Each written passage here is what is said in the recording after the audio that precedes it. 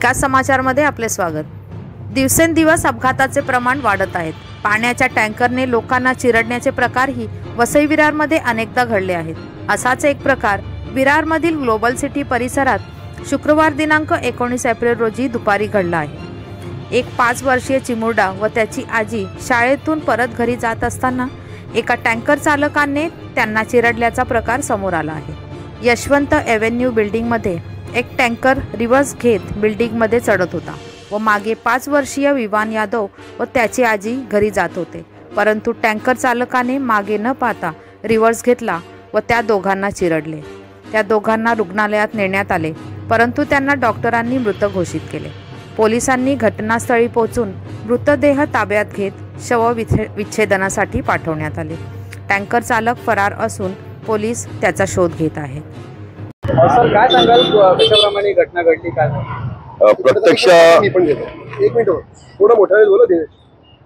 प्रत्यक्ष ही घटना मी माझ्या डोळ्यांनी बघितलेली आहे आणि शाळे उभे करणारी घटना होती। या घटनेमध्ये जो टँकर चालक होता त्यांनी न बघता न विचार करता जी रिव्हर्स मध्ये आपली टँकर भरलेला पाण्याचा टँकर जो आहे तो रिव्हर्स मध्ये घेतला। तिकडे सोसायटीचा कोण वॉचमॅनही नव्हता आणि नाही त्याच्याबरोबर क्लीनर होता। एवढ्या फास्ट मध्ये घेतली की ती तो चिमुकला जो होता 5 वर्षाचा जो आपल्या समक्ष नाहीये आणि ती महिला जी त्याच्याबरोबर होती ती आपल्या सोबत नाहीये। आता कळालं की ती वारलेली आहे। तर हे असे घटनांना चाप लावला पाहिजे आणि त्याच्यानंतर आम्ही पोलिसांना वगैरे कॉल करण्याचा प्रयत्न केला पण कोणी उत्तर दिलं नाही।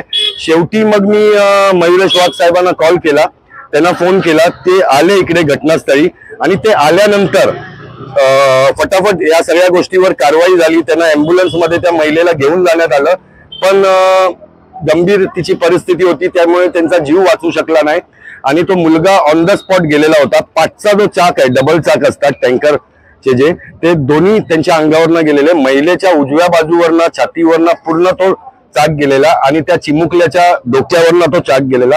हा विचार केला तरी आपल्या डोक्यावर शहारे येतील।